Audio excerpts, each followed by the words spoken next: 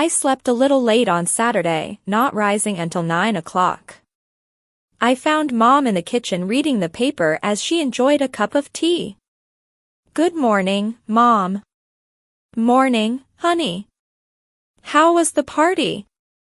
It was okay. The Benneker house was beautifully decorated, both inside and out. And Jimmy's parents are nice. They really go all out for the team. Your boyfriend seems like a nice boy. Yes, Brad's a nice guy. I didn't like him at first because I thought that he was a little too pushy, but he grows on you, I guess. I made an appointment with Barbara for 10:30 this morning so that she can change your breast forms.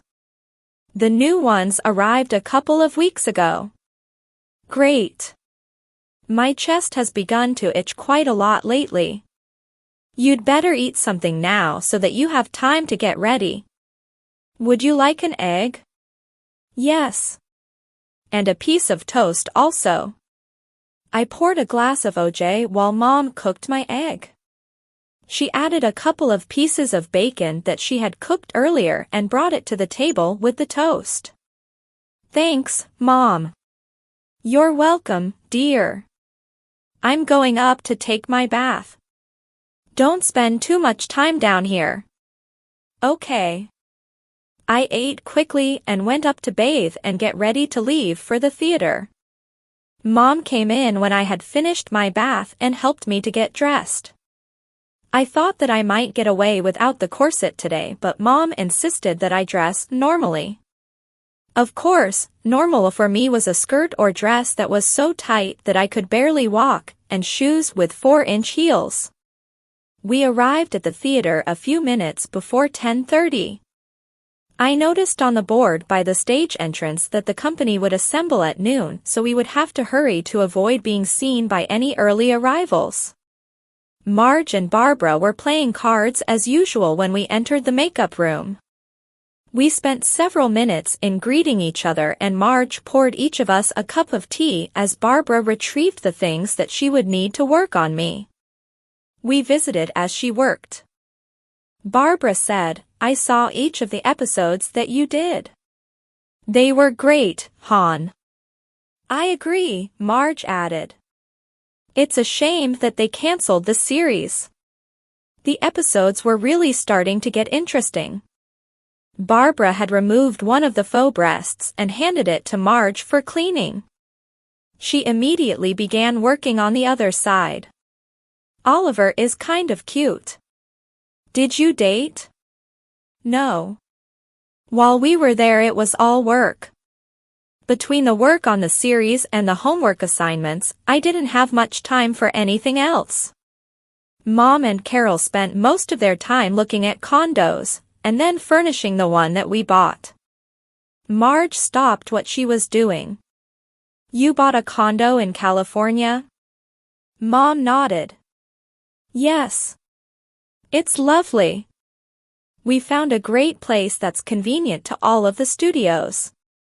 Are you going to move out there permanently? Are you leaving town? No. We just needed a place for when we have to travel out there for Crystal's career. It's so much less expensive than renting hotel rooms, and it's a great investment as well. Barbara finished removing the other breast and handed it to Marge. I'm sure that Crystal will get more work out there. Having the condo will make it seem more like home when you are visiting. That was part of the reason for our decision. Barbara began using the cleansing solution on my chest. Hon, your breasts are really filling out. They appear to be almost 8B cup size now. You don't really need these faux breasts now. It would look strange if I suddenly shrunk by so much.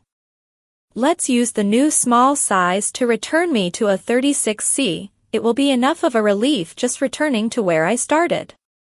And if I get more work, I don't want the gossip columnists speculating about why I had breast reduction surgery. Okay, hon, they're all nice and clean and ready for the new breast forms. I watched as Barbara removed the new forms from the box. They were as lifelike as the others had been, but they were substantially thinner. With my own breasts beneath them to serve as a foundation, they should appear close to the size of the original ones. 20 minutes later Barbara was done and Marge took over. She used permanent makeup to blend the color to match my own skin. I asked her to make them just a little darker because my tan was beginning to fade and I intended to visit a tanning salon very soon. When she was done, I looked closely but couldn't see any sign of the edges. I noticed that I had a lot more sensation when I touched them. I didn't know if the skin was just more sensitive because of the cleaning and changing work, or if the thinner form allowed more vibration to get through. Marge and Barbara had both done an excellent job and the breasts looked perfectly natural except for the never-changing nipple shape. I immediately noticed a difference when I got dressed. My blouse was suddenly a much better fit. My breasts didn't have it straining at the seams as they had before. I was much happier with the new fit. We visited with Marge and Barbara until the cast and crew members began to arrive. Then it was like a homecoming as I renewed my friendships with all of my friends. Most of the cast from the last play was working on the new one, but not all had parts. I wondered afterwards if anyone noticed that I hugged Debbie longer than the rest. Mr. Tucker came in and gave me a big hug and a kiss on my cheek. "Crystal, my lovely little flower. You brighten the room like a ray of sunshine. I want to hear all about your adventures in the evil forests of Hollywood, but first we have work to do," he announced to everyone standing around me, all cast members on stage. "Please." The title of the new play that the community theater would be putting on is You Can't Get an Oak Tree from a Pine Cone. It was another wonderful play by C. Sprite. Rick Verkowski had a decent-sized part, but he wasn't the lead this time, and both Neil Broderick and Patricia Silby had minor supporting roles. Several people whom I didn't know came up and introduced themselves. Two said that they had decided to join the company after seeing my performance in the previous play. I experienced a feeling of pride for having been the inspiration for someone else's commitment to the company. Mom and I sat in the front row of the audience seating as Mr. Tucker conducted a cast meeting on stage. When the meeting was over, Mr. Tucker began to work with the actors who were in the first scene while the others found comfortable places to study their lines until they were needed. Debbie came out to the audience seating and took the chair next to mine. Today was the first time that we had been together in more than 2 months. After about an hour, Mom said, "Crystal, I have some shopping to do. Do you want to come with me or stay here?" "I'd like to stay here. With the TV show running, I probably wouldn't be able to shop in peace anyway. At least here I don't have to worry about being mobbed." "Okay, honey. I'll pick you up later." "You don't have to, Mrs. Ramsey," Debbie said. "I'll bring Crystal home." "Thank you, Debbie. Would you like to have dinner with us?" "Thank you, Mrs. Ramsey." "Yes, I would. I'll tell my parents that I'll be eating at your house." "Okay, girls. I'll see you at dinner time." Bye. Bye. Mom. Goodbye. Mrs. Ramsey. Mom went to say Goodbye to Marge and Barbara and then left the theater. Debbie and I sat together holding hands until she was needed on stage. I continued to observe from the audience seating while the cast went through the rest of the play.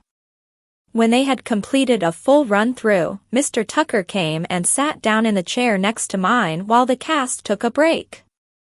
"What do you think?" he asked. "About what, Mr. Tucker?" "About the cast, of course." "Oh, well. I think that you have a bit of work ahead of you with the new cast members. The regulars are doing quite well. That's my assessment as well. Would you like a job? Yes, but I don't have time. I've been conscripted to perform in the high school play. Oh. What are they doing this year? Irma la Daus. Ambitious. What role have you been cast in? I scowled and said, guess. Mr. Tucker started laughing. Irma? I nodded.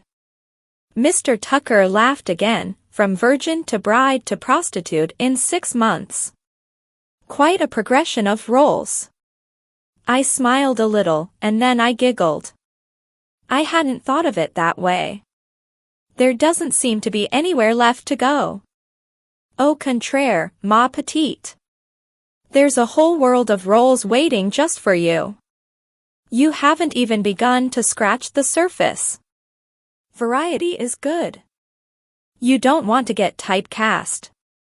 If you keep taking a variety of roles, producers and casting people won't be afraid to place you in a part because you have an established image that conflicts with the role. Okay, Mr. Tucker. I'm sorry that I can't make a firm commitment, but I'll be happy to help out on weekends when I can. Wonderful. Do you think that you could work with Regina for a little while this afternoon? Sure, Mr. Tucker. Thank you, my dear. Standing up and calling loudly to a group of cast members on the stage, he said, Regina, could you come here for a minute, please? A young girl, with blonde hair, that I had met earlier detached from the group and walked to the stairs on stage right. Regina bore a slight resemblance to me. We would have been almost the same height if we were not wearing shoes. As she reached us, Mr. Tucker said, Regina, have you met Crystal Ramsey? Oh yes, Mr. Tucker. I met Miss Ramsey earlier. Good. I asked Crystal if she would work with you a little to help you with your delivery. Would that be okay with you? Of course, Mr. Tucker. I'd be honored to have Miss Ramsey help me. I said, call me Crystal. Okay, Crystal. Regina and I went to one of the storage rooms so that we wouldn't disturb the other actors and worked on her delivery. Her actions were a bit wooden and lacking in emotion when we started. As I had her repeat the lines over and over, she gradually began to project as if she was feeling the part. I showed her how I would deliver the lines, and she was able to mimic my movements and voice inflections pretty well. We worked until Debbie came in to tell us that the company was quitting for the day. It was a few minutes before 5 p.m. Regina thanked me for the help. I encouraged her to keep working at it and told her that she was starting to do really well. After saying good night to Regina, Debbie and I gathered our things and left the theater. When we arrived at the house, dinner was almost ready. I helped Carol set the table as Mom put the raviolis into a serving dish and the spaghetti sauce into a gravy boat. I retrieved the grated cheese from the refrigerator and we were ready to eat. Over dinner, Debbie told us about the new play and gave us her evaluation of it. I had sat through the run-through and worked with Regina, so I felt that I had a basic understanding of the play, and Mom had listened for an hour. Only Carol felt left out, but she caught on quickly enough as we all talked about it. After dinner, Debbie and I watched television with Mom, while Carol went to the mall with Heather and Sherry. They invited Debbie and I to go, but it was more out of politeness than anything else because we all knew that I couldn't go into a mall without being mobbed. We kept up a running critique of all of the shows that we watched, discussing what made them popular or unpopular. Debbie left for home as the news was coming on at 11 p.m. I wished that we could have gone to Graham's house today, but that would have to wait for another time. It was wonderful just to have seen her again. I did my homework on Sunday morning and then spent the rest of the day studying the Irma script and practicing my movements and facial expressions. By bedtime, I felt that I had the lines pretty well down. I might need a prompt now and then, but I was ready for the rehearsals and would not have to read from a script. The play would be put on during the last week of January, just 2 weeks before the play at the community theater was scheduled to open. My first rehearsal took place after school on Monday. Mrs. Abbott held a cast meeting and introduced me to everyone. Of course, everyone already knew me, and I knew most of the others by sight if not personally. Marianne Dancini would be my understudy for the role of Irma. Because the part was so big, she would not have any other role in the play except during the crowd scenes, and would not have any other lines to memorize. Mrs. Abbott had put down masking tape to show where the scenery and props would be, and we began rehearsing from the beginning of the play. Most of the others had never acted before, and it seemed like they hadn't even bothered to study the script yet, but 3 had been in last year's play, and the difference was very obvious. It was going to be a very long 7 weeks for Mrs. Abbott. We worked until 4:30 and didn't even make it past the first scene. Mom had come in after she finished work and sat in the front row. When we broke for the day, I grabbed my things and we left for home. "Well, how did it go?" she asked. "It's not anything like what I've become used to. Most of the kids have never been in a play before. With the community theater, most of the cast members are veterans and a few new players join as others drop out. But here the situation is reversed. It has to be difficult to create a quality production under these circumstances. Perhaps that's why Mrs. Abbott has been so happy to get you for the play. You're going to make her job so much easier." I guess. That, plus the drawing power of your name. I wouldn't be surprised if this year's play wasn't sold out for all 3 performances, for the first time ever. My life settled into a kind of routine over the following couple of weeks. Brad continued to run into me throughout each school day, and called me every night when he could get through. I attended rehearsals after school every day before rushing home to eat, do my homework and talk to Debbie and Brad if time permitted. Brad kept asking me out on weekends, but I put him off with excuses about working on the play. A week before Christmas, Carol and I strung outdoor lights on the house. It was the first time that we had ever done it, but it turned out great and really dressed up the house at night. After we had finished with the outside, we put up our tree and decorated it and the inside of the house. I took a chance a couple of times to go Christmas shopping and was relieved to not be recognized. I had borrowed a brunette wig from the community theater and Mom allowed me to wear jeans and flats. It worked so well that I decided to buy a dark wig of my own just so that I could leave the house more often. I finally accepted an invitation from Brad to attend a Christmas party because it was being hosted by Lynn, one of the co-captains of the cheerleading squad, at her folks' home. As a member of the squad, I was expected to go anyway. The party was on Thursday, December 23rd. School closed for Christmas vacation on the 22nd. Brad picked me up at 7:30 for the party. Carol was going to the party with Vinnie DeMarco, another of the football players, and he was going to pick her up. She and Adam had had an argument, so they were each going to the party with someone else. Lynn's house was a large colonial with an enormous finished basement. The party was confined to the basement and to the empty 2-car garage, which had a direct stairway to the basement. The food and refreshments were set up on tables in the garage, but most of the kids stayed in the basement because the garage was a little drafty and the outside temperature was well below freezing. Carol and Vinnie arrived about 15 minutes after Brad and I did. The party was in full gear by now, and you could almost see the house shaking from the volume of the music. I got a picture in my mind of Lynn's parents wearing earplugs in some upstairs bedroom, as far from the noise as possible. A few kids were passing pints of wine and whiskey around, but Brad and I declined all offers of holiday cheer. I was enjoying the party and time passed so quickly that it seemed like we had only been there an hour when Carol came to tell me that it was time to go. She and Vinny had their coats on already, so Brad and I got our coats and we all left. As we drove to the house, I noticed that it wasn't even 12:30 yet. Since we didn't have to be in until 1, I realized that Carol was allowing for a little parking time. I'm sure that Brad realized it also because when we arrived at the house he turned off the lights, took the car out of gear, set the parking brake, and slid over next to me.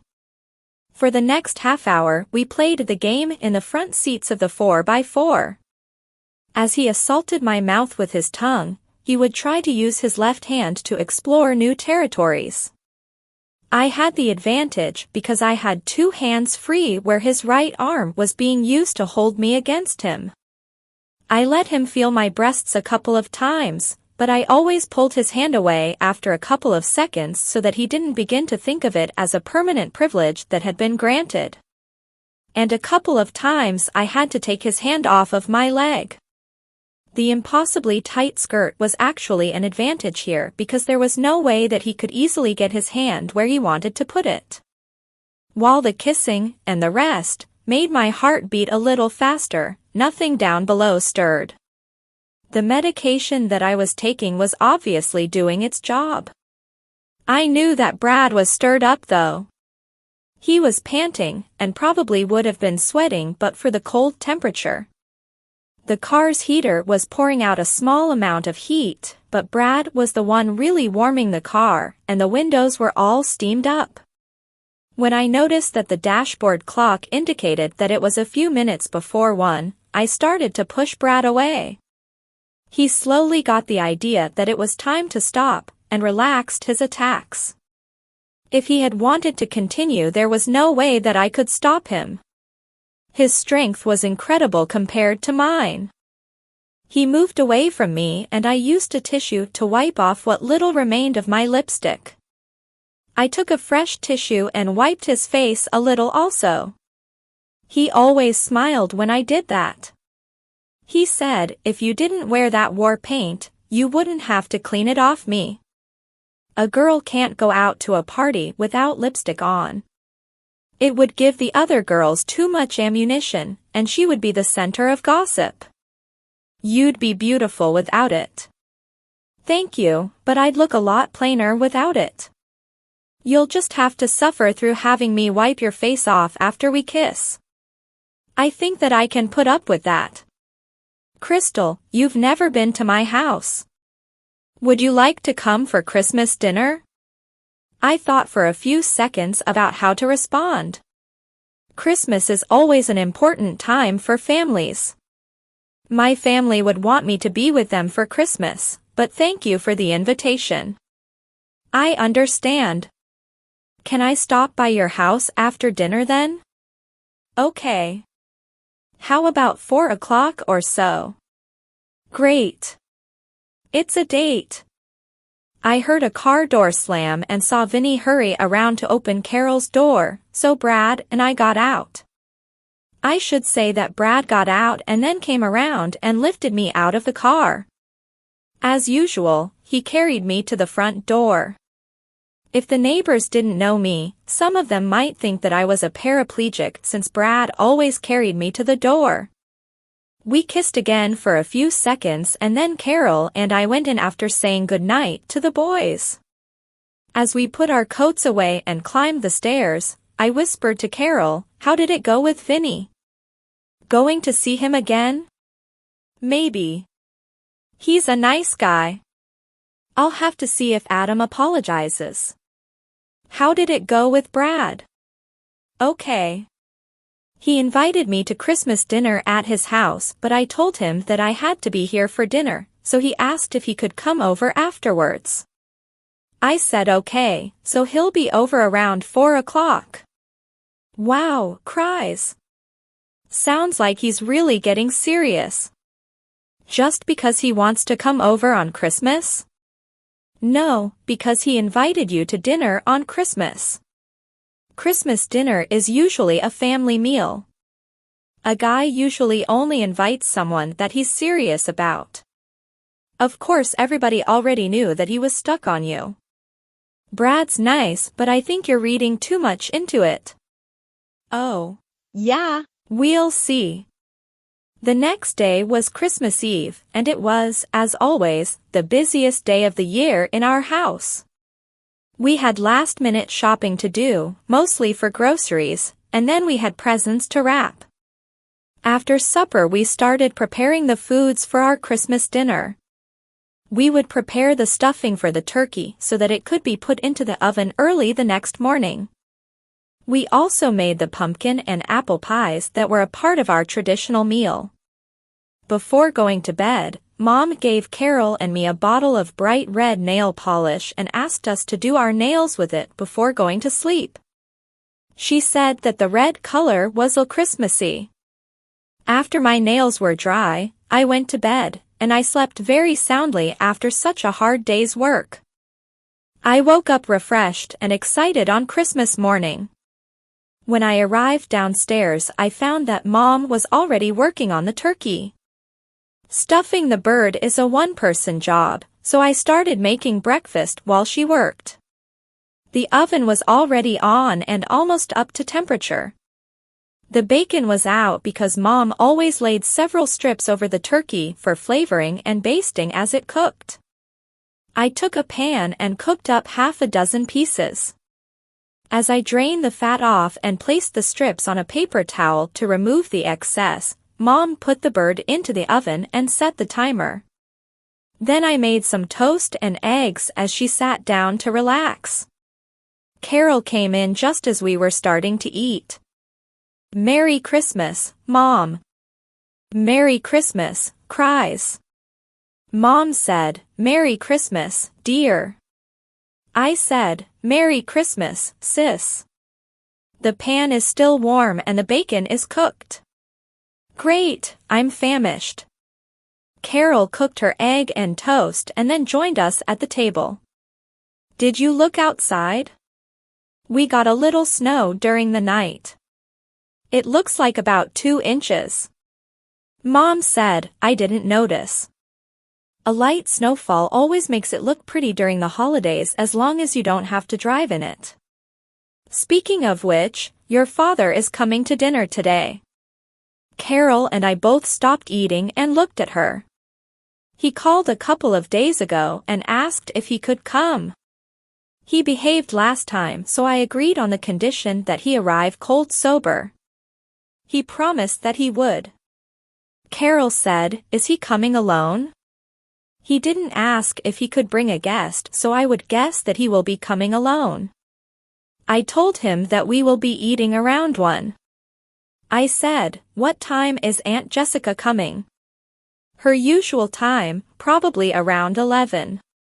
We should have time to open our presents, bathe, dress and tidy up a little before she gets here. Then we'll work on the rest of the meal. We still have all of the vegetables to prepare. We went into the living room when we finished eating. Carol and I separated the presents and then sat down to open them. Carol and I mostly received clothes, but Mom had also gotten us some cosmetics and jewelry. I also got a very good quality brown wig. Mom knew how happy I had been since I had borrowed the one from the theater because I had been able to leave the house more often, and even go to the mall. None of the clothes that I received had been altered and I was determined to see that they were not cut down to a 19-inch waist. My normal 22 would be enough. Carol and I had gotten Mom a couple of nice sweaters, some stockings and some underwear from what we had been able to save from our allowances. We all oohed and awed as we opened our presents and thanked the giver. There were a few presents under the tree for Aunt Jess and a large unmarked gift that Mom had put there. She told us that it wasn't for either of us. By the time that we had finished, it was beginning to get a little late, so I kissed Mom and Carol for the gifts and hurried upstairs to bathe while they straightened up the living room a little. I started running my bath and poured in the bath crystals and oils that I had come to love so much. As the tub filled, I stripped off my nightgown and then settled into the delightfully warm water amid a floating island of bubbles. I allowed myself to soak in the tub for about 10 minutes before getting down to business. After washing, I shaved my pits and legs before getting out of the tub. I didn't know if Carol had come upstairs, but I knocked on her door anyway as the tub drained, and as I dried off, she came into the bathroom and started to run her own bath. I returned to my bedroom and finished drying myself off as Carol slipped into the tub. When I was dry, I stood in front of the full-length mirror and examined my body. I checked my breasts closely to see if I could spot the seams, but Barbara and Marge had done a perfect job, and it was almost impossible to tell where they ended and where the skin began. My surgical procedure had by now completely healed, and I didn't even think about it except when I was naked and saw the smooth area that ran between my legs. The faint blonde hair was beginning to show again now that I didn't shave down there anymore, but it wasn't enough yet to hide the faux outer labia that Dr. Roman had created. Done with my inspection, I pulled on my panties and put on a bra before sitting down to start working on my face and hair. Mom came in as I finished drying my hair. She was carrying a box and a garment hanger, which held something covered in plastic. She set the box on my bed and pulled the plastic off the hanger, uncovering something in bright red. As she held it up, I saw that it was a red velvet dress, trimmed in fake white fur. The box contained a pair of boots in a matching red color. "Mom, where did you get that?" "I borrowed it from the wardrobe at the theater. Barbara altered it to your dimensions. I have one for Carol also, and one for myself." I started giggling. Dad and Aunt Jess will think that they've come to the North Pole by mistake. Mom helped me to get dressed. The dress was as tight as everything else that Barbara had altered for me, and Mom had to go back and tighten the corset again so that she could close the zipper on the dress. I didn't measure it, but I think that the waist was smaller than my usual 19 inches. The boots had 4-inch heels, and Mom had to put them on me because I couldn't bend to do it myself. There were long zippers that ran along the inside all the way to the top of the boots where they ended at my knee.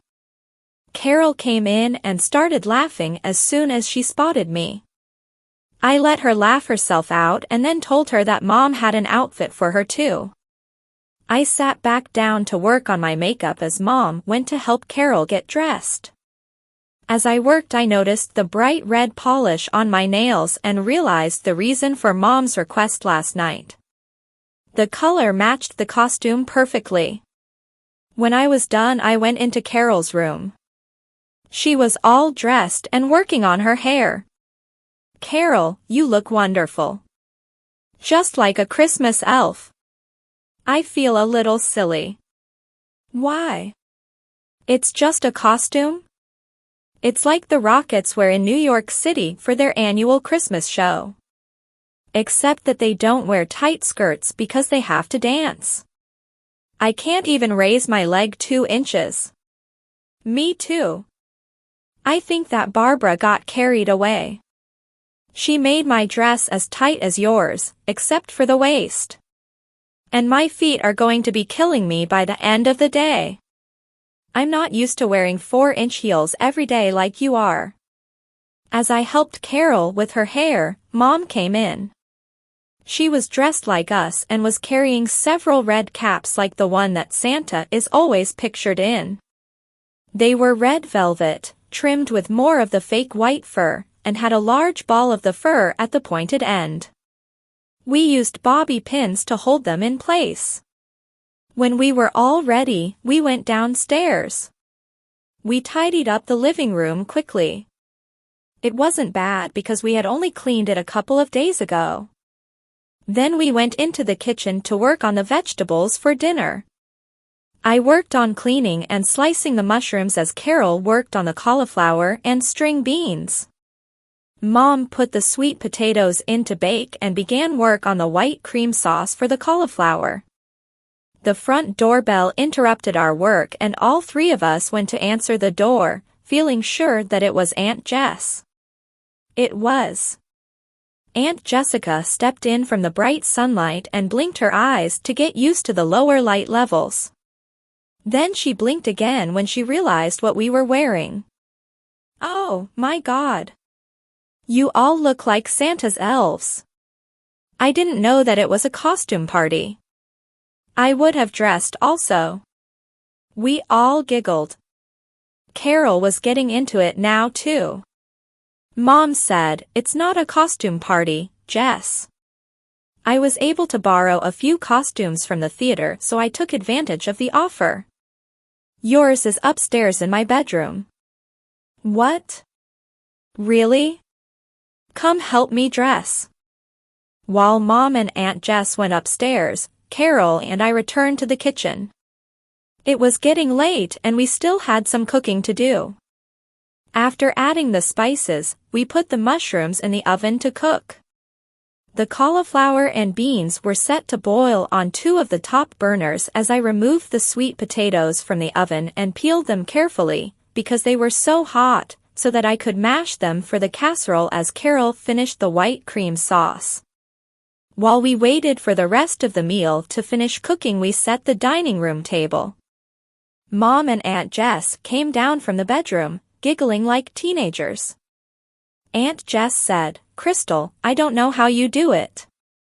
Do what, Aunt Jess? Wear outfits like this every day. Oh. Well, I guess that you get used to it a little. I would hope so. I haven't worn a skirt this tight in 20 years. You still have a great figure, Aunt Jess. You should show it off a little more. I'll leave the showing off to you girls. And I don't exactly wear sack dresses. I mostly wear tailored business suits. Besides, I'm too old to be this uncomfortable all the time. We all giggled and then turned our attention back to the dinner. At 12:30 we took the turkey out of the oven to cool. The little pop-up thermometer indicated that the turkey had reached the proper interior temperature. Mom ladled the juice out of the pan and we made the gravy.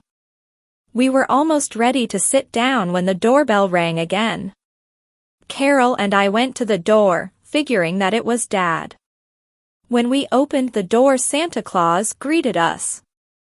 Or, at least someone in a Santa Claus suit. Ho, ho, ho. Merry Christmas. It appeared to be Dad, so we stood back to admit him. He came out of the bright sunlight, squinting like Aunt Jess had done. The bright sunlight reflecting off of the new snow was hard on the eyes. Once inside, he squinted a couple of times and laughed. Confounded reindeer. They brought me back to the North Pole. Carol and I giggled politely, and then Carol opened up a couple of newspapers for him to put his wet boots on. Mom came out of the kitchen and walked up to Dad. She sniffed his breath before saying, "Just in time. We're all ready to sit down to dinner." The roads were a little worse than I expected. I had planned on being here around noon. You're looking well, Susan. I like the costumes. I thought that I would be the only one dressed like this. Girls, how are you? You look great. Are you all in a show or something? I said, "No, Daddy. Just getting in the festive spirit." Mom got the costumes for us to wear. They look great. Breathing deeply, he added, "And something smells great, too." Mom said, "Come on in and sit down. It's time to eat." Dad dropped his Santa sack down by the tree and walked into the dining room. Aunt Jess was just placing the turkey platter on the table. Almost everything else had already been brought out. Dad said, "Hi Jessica, you look great also. Love the costume." "Hi Bill, I like yours also. Your pillow's slipping." Dad reached inside his coat and pulled out a large pillow and set it on the floor next to his chair before sitting down. He removed his hat and fake beard also, laying them on the pillow. Carol and I joined Mom in the kitchen to see if there was anything left to do. As she opened a can of cranberry sauce, I carried a pitcher of steaming, spicy apple cider to the table and Carol brought in the turkey gravy. After we had sat down and Mom had joined us, we took a few seconds to say grace before digging in. Everything was delicious and Dad didn't stop raving as he tried each new thing. I guess that it had been a long time between home-cooked Christmas dinners for him. At least like the ones that we always had. My only wish was that I wasn't wearing the corset so I could enjoy more of each item. I could only pick at the vast array of delicious foods. I saved a little space for dessert because I loved pumpkin pie the way that Mom made it. The pie that they sold in stores couldn't hold a candle to Mom's. When everyone had eaten their fill, we cleared the food off of the table and carried it into the kitchen so that it could be stored in the refrigerator. When the table was completely cleared, we brought out the pies and toppings. We had brewed both coffee and tea while we were eating and they were ready now. Mom and Aunt Jessica had put all of the food away, so we were all able to sit down at the same time. As we enjoyed the desserts, Mom, Carol, and I told Dad and Aunt Jess about our trip to California. Dad said, "So the job in California is over? No more episodes?" Yeah. The series flopped. It's been replaced. I wondered why it wasn't on last week. And I was surprised that you weren't on it during the previous two shows. They reworked some of the earlier footage to finish out the season. I guess that they didn't want to spend any more money on a canceled show. So what now? For now I'm just working on getting through high school. No acting plans? Well, I am going to be in the school play next month. We've been rehearsing for a few weeks. What's the play? Irma La Douse. I play Irma. Great. I love that story. I've seen the movie a couple of times. Well, the play is going to be a little different from the movie, but the underlying story is the same.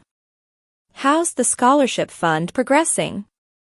The 4 episodes in California must have added a good chunk. Are you ready to retire from showbiz and concentrate on school? No, not yet. We still have a long way to go. Taxes, agents' fees and expenses take a major bite out of the money I'm paid. Before I retire, I want to make sure that we have all of the money that we'll need to complete our education. How much do you get paid now for doing an episode on television? I received $50,000 per week for the 4 weeks. Dad, who was in the middle of swallowing a drink of coffee, started coughing. He grabbed a napkin to keep from spraying everyone at the table. He managed to gasp out, "Did you say $50,000 a week?" Yes. That's what they paid me as a co-star. I only got $15,000 for the first episode that I was in. My God, I don't make $50,000 in a year. Mom said, "You have to remember what Crystal said a few minutes ago about taxes, agents' fees, and expenses. Of the $50,000, she only winds up with about $15,000 net. Still, $15,000.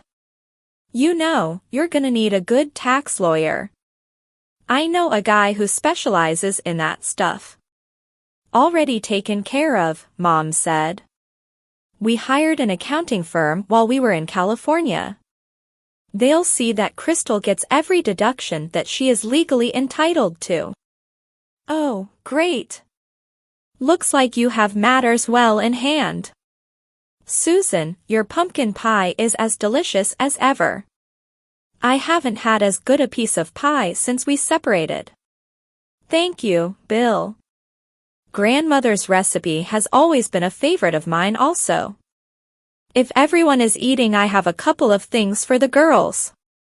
Let me get my sack. Dad retrieved his Santa sack from near the Christmas tree and came back to the table. Reaching in, he began extracting wrapped gifts and passing them out, all the time saying, "Ho, ho, ho."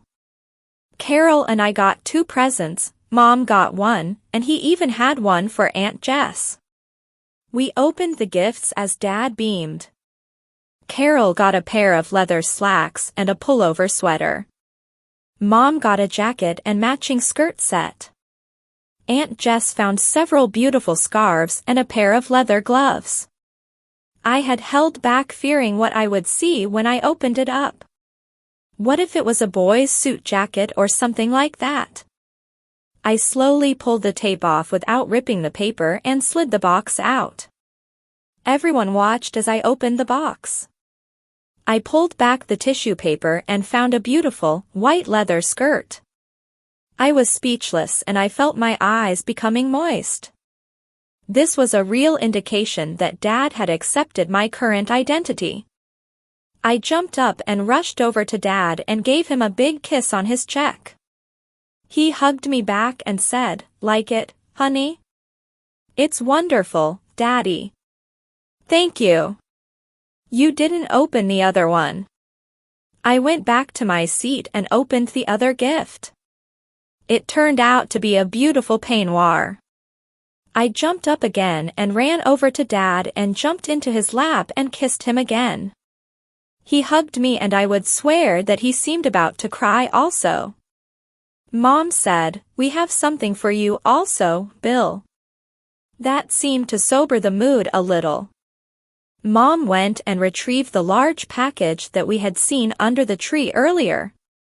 I got off Dad's lap when she came back so that he could work on the package. I'm sure that he wasn't expecting anything. He didn't save the paper as the rest of us had done, he just ripped everything off and opened up the box. Pushing back the tissue paper, he pulled out a long bathrobe.